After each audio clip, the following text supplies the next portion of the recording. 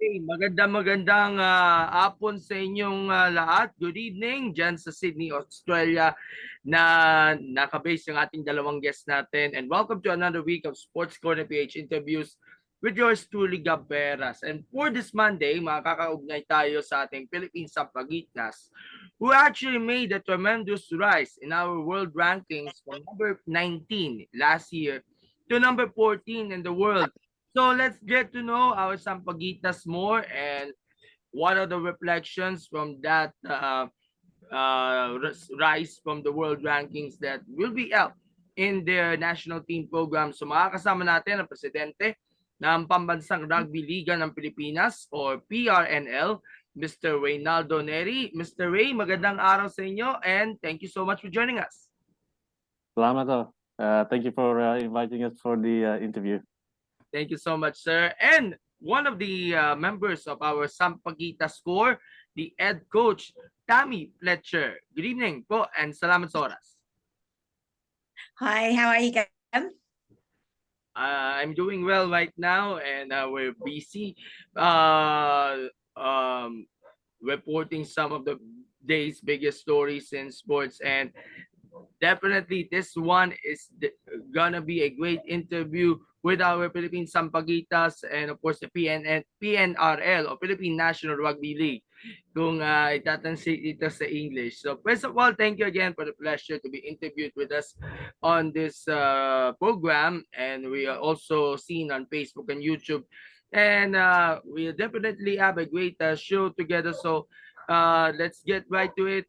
Kamusta na po kayo after receiving this great news that our Pinays made it to top 14? Let's start with Survey. For me, it's fantastic news. Kasi they worked so hard over the last 12 months, especially with COVID interfering with the sports and contact sports, both there in the Philippines and globally. It's hard to get our Sampaguitas out on the field and playing other nations. So it was a long time coming when we played the first game, I suppose, in Brisbane with our Sampaguitas, and then we had the international games against Malta and Greece, which I will let Tammy talk to you about. But for us as an organization, it's very important to promote women's sports. About to say, you look at the Pilipinas, their victory in the World Cup, or even though they got knocked out in the first round, the success around bringing the sport and growing the sport in the Philippines, which football has not been a major sport there in the Philippines, and I've been following that for many decades, especially with the sport. I know it established there in 1908 or 1912, over 100 years now. It's only now that we're seeing a lot of support for the sport of football with the growth of women participation in the game. So we want to mirror the same thing with Rugby League and do very positive things with Rugby League in the Philippines. Our domestic activity is there. We have a lot of domestic players and teams that we're supporting and helping grow and develop the sport there in the Philippines. And with the success of female of Sampaguitas national team, we want to keep progressing that and pushing that, and hopefully get a women's team competition running in the Philippines one day. Okay, survey for you viewers who are interested in rugby league. It is very quite different based on the rules, the game format, and even the equipment than the rugby sevens or even the football or soccer. And we have our volcanoes, the Ascals, the Pilipinas continuously representing the country in the international stage. Can you summarize how to play rugby league? What needs to be done to be a better player, and what are the regulations that strictly abide in this sport compared to the other sports? Well, I'll point that question to Tammy. She's played for the Volcanoes before, and she's heading up the Sampaguitas in the sport of rugby league. So maybe I'll push that question to Tammy instead. Yeah. Thanks, Ray. Hey, Gab. Yeah, so just touching on the differences between the sports. I don't have a lot of background in football, as we refer to as soccer here in Australia, but I have played for the Volcanoes. I started playing for them on the International Seven Circuit in 2014. So I've got 4 caps there as a Volcano, and been playing rugby league now for the last 14 years. And I think if we were to introduce rugby league to our current rugby union Volcanoes members, it'd be an effortless transition for them into the game of rugby league. They've got all the basic core skills such as passing and tackling. They've got all the fundamental skills around the ball anyway. So it would just be a matter of what happens at the ruck and the breakdown, and just very small little transitions like that. So I think we've definitely got a great core of potential players out there at the moment, domestically and overseas, that have already been representing the Philippines for the Volcanoes. And I know that I know Ray's playing a massive part as well in the background with trying to develop domestic competitions. And I think that'll be a really important stepping stone with introducing the game of rugby league domestically in the Philippines, and just providing those basic skills and drills and getting everyone involved there. So just if we develop those small little competitions where everyone can get involved and playing, then I'm sure we're going to unleash some absolute athletes down the track there. All right, Coach Tammy, how was the transition from the Rugby Sevens team of the Volcanoes to the Rugby League team of Sampaguitas? And how many years that you are part of this endeavor in Sampaguitas?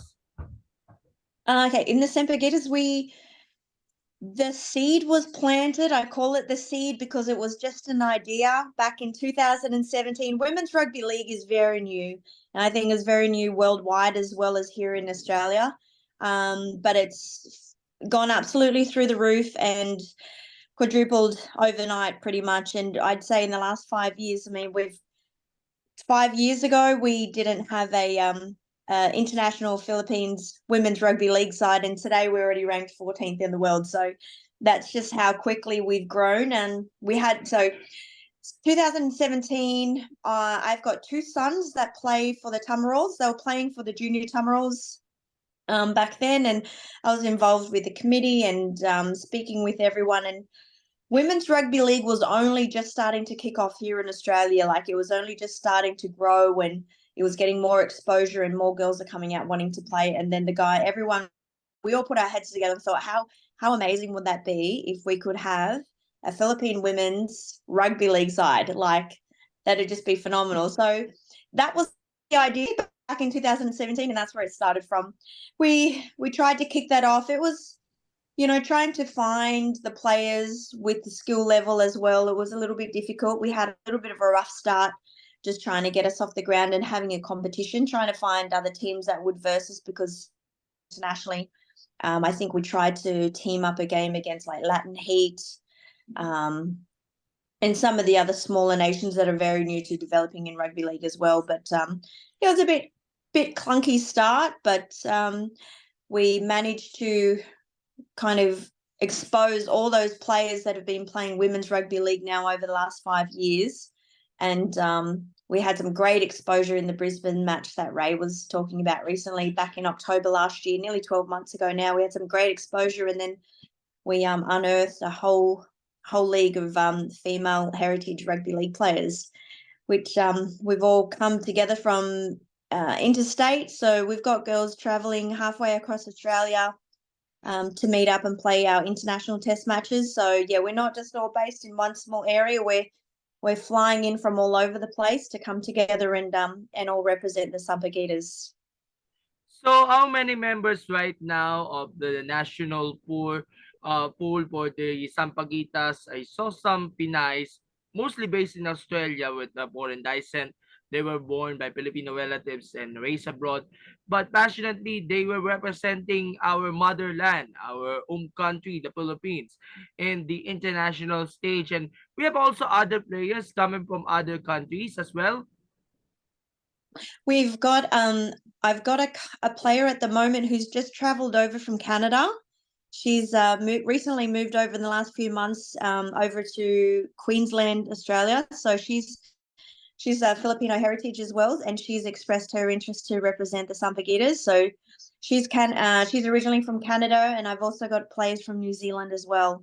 But then majority of our rugby league players that are representing the Sampaguitas at the moment are residing here in Australia, majority of them, but yeah, except that one exception of a Canadian and a New Zealander as well. But I'm pretty sure the exposure that we're getting at the moment, and Ray's doing a fantastic job on social media, and just getting that exposure, getting us out there, getting our name out there, and letting everyone know who we are and what we're representing. You know, that we are actually representing our motherland, that we're representing the Philippines, the whole nation.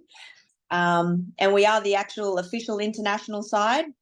So hopefully once a little bit more exposure gets out there on social media, we'll have a lot more call-ups. I know that there's going to be a lot of interest expressed from the USA and domestically there in the Philippines. So we're really excited to get everybody on board from around the world that has Filipino heritage. Okay, being the coach of the squad, all of the efforts were being done in order to prepare, assist, and eventually gearing up for the team's outcome, the team's performance in different international competitions. How do you make sure that all preparations were smooth and their chemistry being worked out as one team? And describe to us your work ethics as a coach of the squad. To be honest, I think Filipinos are just absolutely beautiful people. So like when we come together, we don't have a lot to work on culture, like, and bringing us together and creating a team culture. Everyone comes with such a passionate vibe and enthusiasm to want to be there and want to play. Everyone has put their hand up to be here. No one has been forced to come along and represent their nation. Everyone is screaming that they want to be there. They want to represent the Philippines. Everyone is so proudly Pinoy. So that's not much of an effort that I need to work on. We do need to come together. We go into training camps before our games, so we'll get together 3 or 4 days before we play, and we'll spend those 3 or 4 days together around the clock, training and working on skills and drills, and then just bonding. And at the moment, it's just catching up because a lot of the girls, we play on a 12 monthly calendar. So our international season normally comes around at the end of the year from around about September through to December. So yeah, every 12 months we kind of look forward to meeting up with each other, everyone that hasn't seen each other for over a year. But we keep in touch on social media. We have a group chat, and we've got a group page for all of our players and potential players and girls that are interested in playing in the future. So we're always constantly keeping in chat and communicating with each other. So thanks to social media, that's keeping us all connected.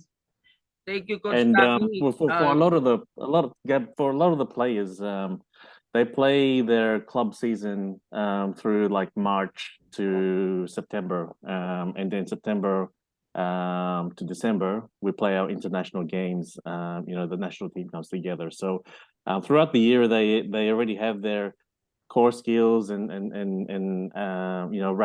rugby league activities with their clubs, and then at the end of that season, their club season, they're ready to play international.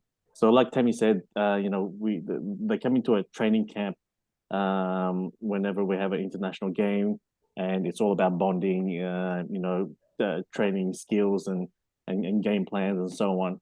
And just bringing that whole Filipino culture and the whole team together and really enjoying each other's time and spending that time to especially with the new players, just to make sure that they're feeling comfortable with the team, and because when they're on the field they want to feel comfortable that they're playing with the person next to them, and just to make sure that they've got that team bonding.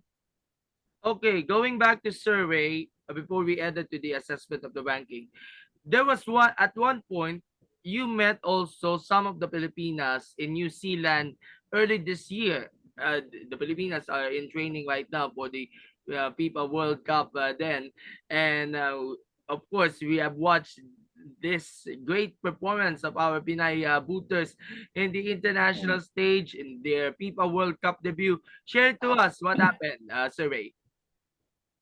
So basically we in was it February 10th?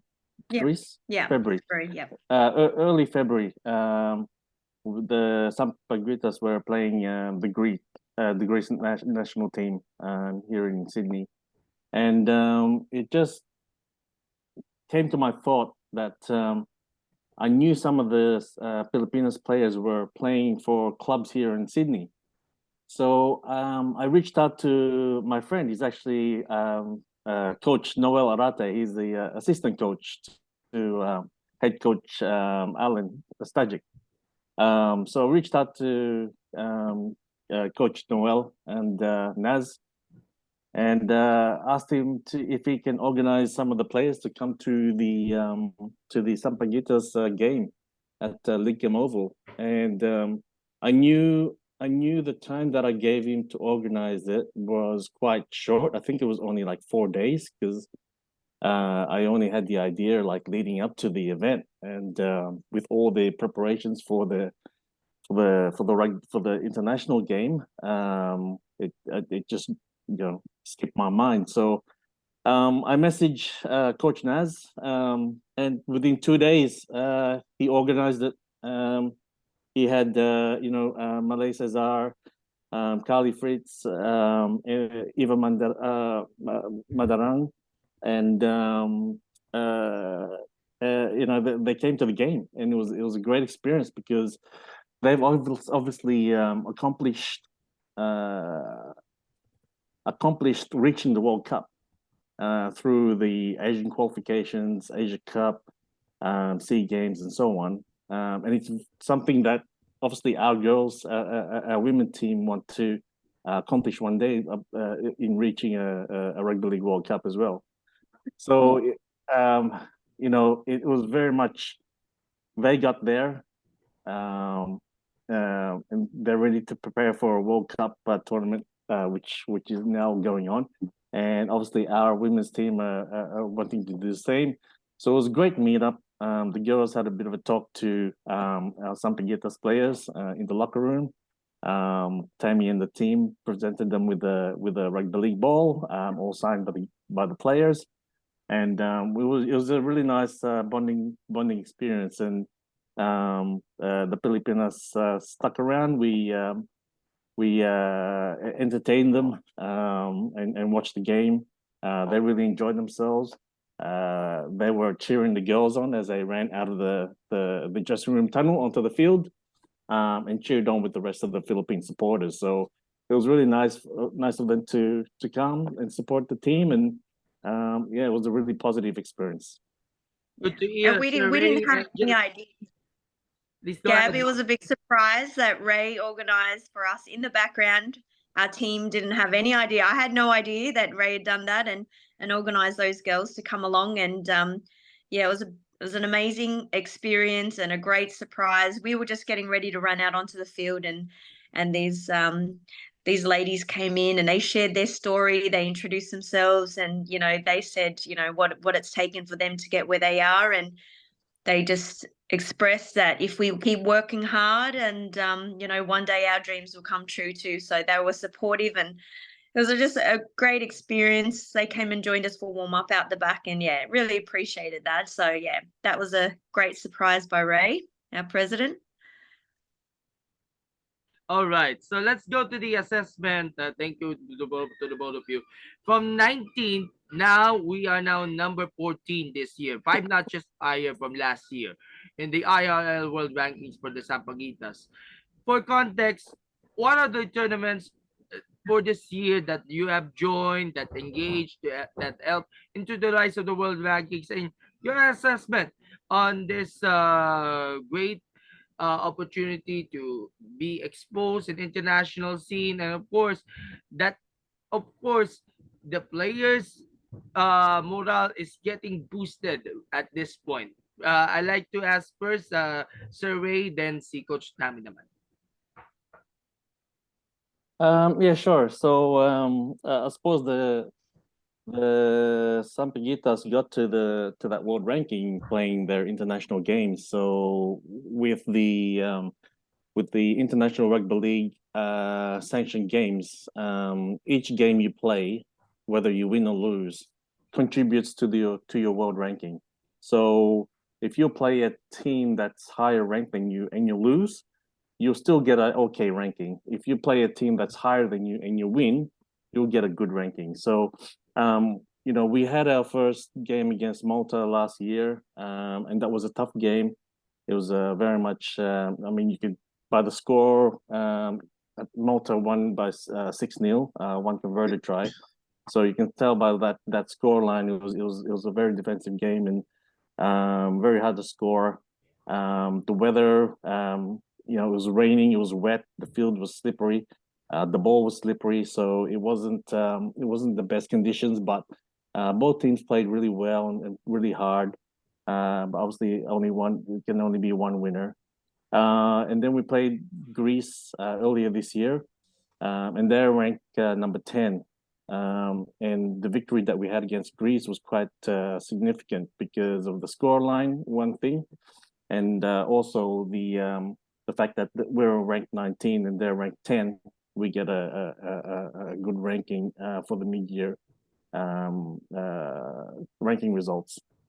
The IRL release their world rankings every 6 months, so July and January. And if we play more internationals in the next 6 months, then that ranking will obviously increase for the January world ranking release.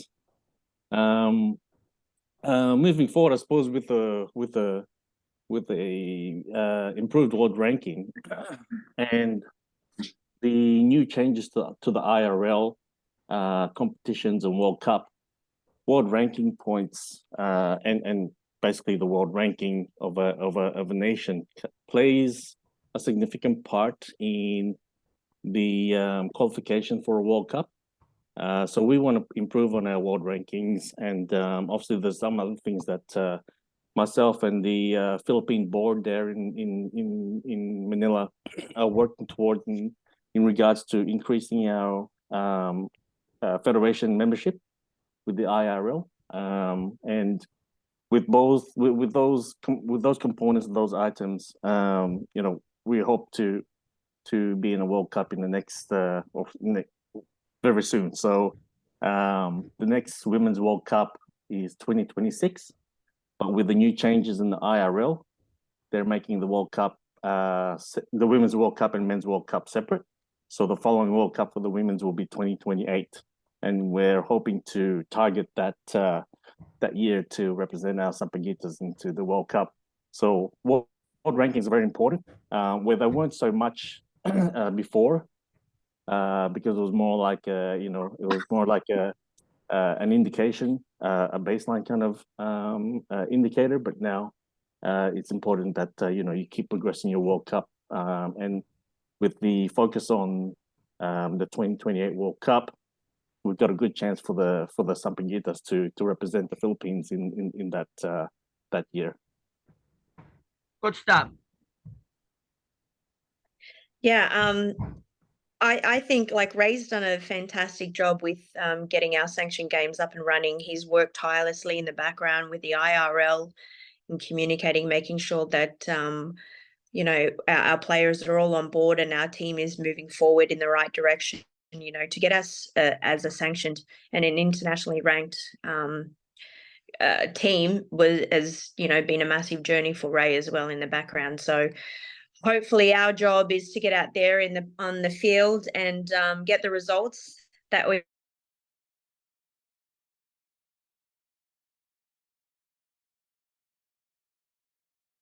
Coach Tam. won. It's Can a we bit of a test repeat match last the October. It was answer? just, yeah. Can we repeat the answer? We have some technical issues right now. You What was froze. that? Sorry, Gab. Can we repeat the answer to the question on your assessment on the world rankings? You froze Yeah, for that we. about 5 seconds. Oh, I did. Yeah, Sorry. I yeah. apologize, Gab. Yeah. So it's been a journey. Unfortunately, I feel that it's a bit of a sore spot that we lost to Malta in our first international test match last year. I feel that we only lost by one try. And yeah, we let one easy try in. I think we could have won that game, but I think we're coming up again in October this year, and we're going to replay that game against Malta. Hopefully after that result, I'm hoping that we're going to sit a little bit better as well in the international world rankings come January when we get reassessed again. So hopefully I've got all the confidence in our girls to get the win this time around. We've got new players coming into the squad who have a wealth of experience. And I think that our side, we were brand new last year when we played our first international test match. We're a brand new side. We'd only met each other once before that. And I think 12 months on, I think we're in a better position and we're stronger as a side. And I think we'll be stronger skill-wise as well. So I'm feeling very confident that we're sitting at 14, but I'm pretty sure we'll be a little bit higher than that next year again. Coach Tam, what are the reactions of the players upon learning that the Pinays have reached the best ranking so far in the IRL World Rankings? Oh, everybody's so excited here. Everybody just cannot believe it. I think we're the highlight at the moment because it's the highest ranking that we've had in the rugby league representative world for the Philippines. So yeah, all the girls are fantastic. Everyone wants to be on board. It's great exposure again. That we're getting out there, we're sharing our name, that people, everyone from around the world seeing the Philippines are ranked 14. We're not that far from top 10.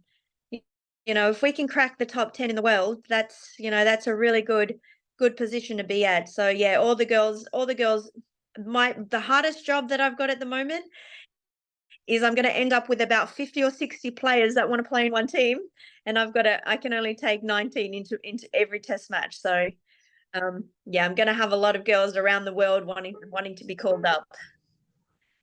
All right, Coach Tam, what are the things looking forward for this year, for the last 5 months of 2023, and even in 2024 for the Sampaguitas? And what needs to be done to have a better ranking for the next release of the world rankings? I think what we're doing now is a really good start, and there's not a lot that we need to change. I think we just got to work on our combinations. We've got to introduce we need a few more players. So, we definitely want to put the call out there that, we are looking for some Philippine heritage representative players who are looking to represent their country on their jersey and, to make history for the Philippines as well. So it'd be good to have some depth there moving forward, to have enough players across the field. I mean, unfortunately, we're a bit of a smaller Asian nation and we get a lot of outside backs.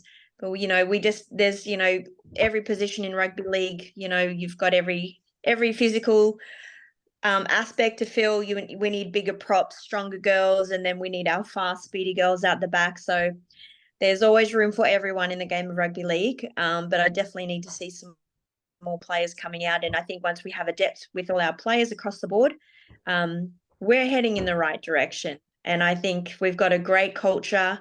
We've got a great team bonding. We've got a great dynamic within our side. And I think more and more people want to come into that as well. So it's only going to make us stronger internally, and hopefully out on the field, we can produce the results as well. Thank you, Coach Tammy. Now for my last question before we take a quick break muna, because I have still other questions to be asked.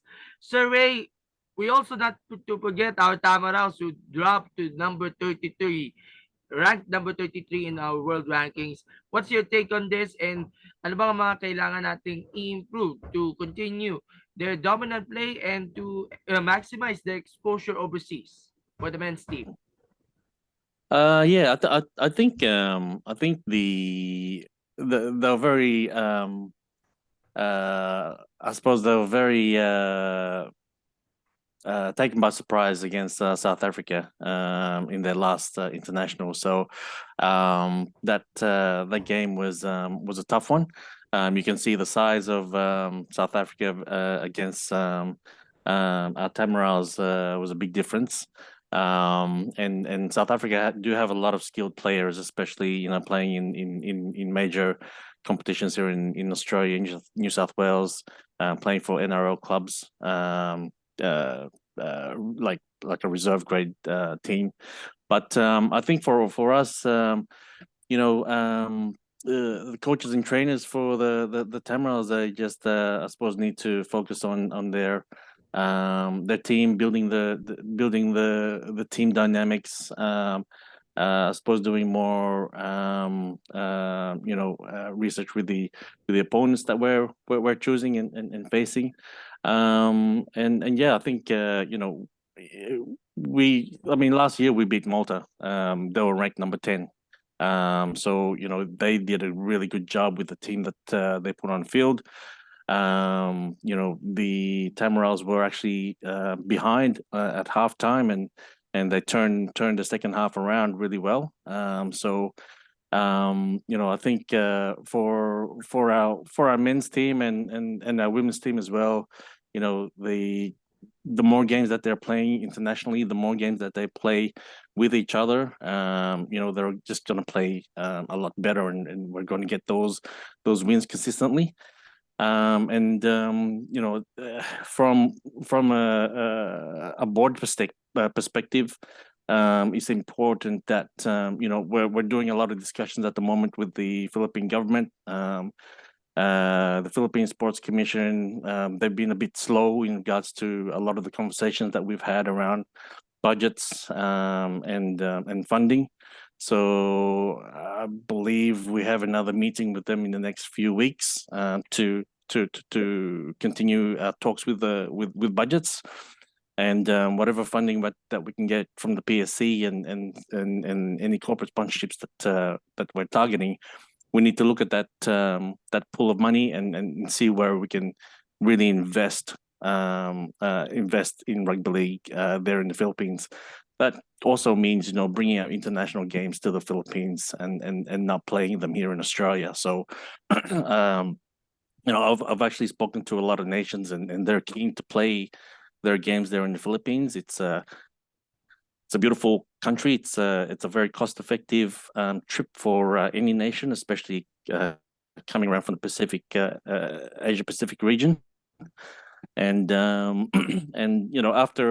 an international game, the players and the families can actually take a little holiday to Palawan or any of the islands and really relax after the game. But there's a couple of other projects that I'm working on, which I can't really talk about right now. But it's going to be exciting, not just Philippines, but for the Asian region. And hopefully, we can grow rugby league and develop rugby league further in the next 3 to 4 years in the Philippines, as well as across Asia. So if if I can get that conversation finalized with the PSC around the budgets and funding this year, then the next few years is going to be really positive for rugby league there in the Philippines.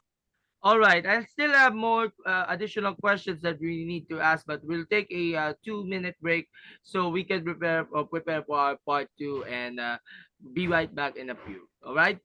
Not a problem. All right.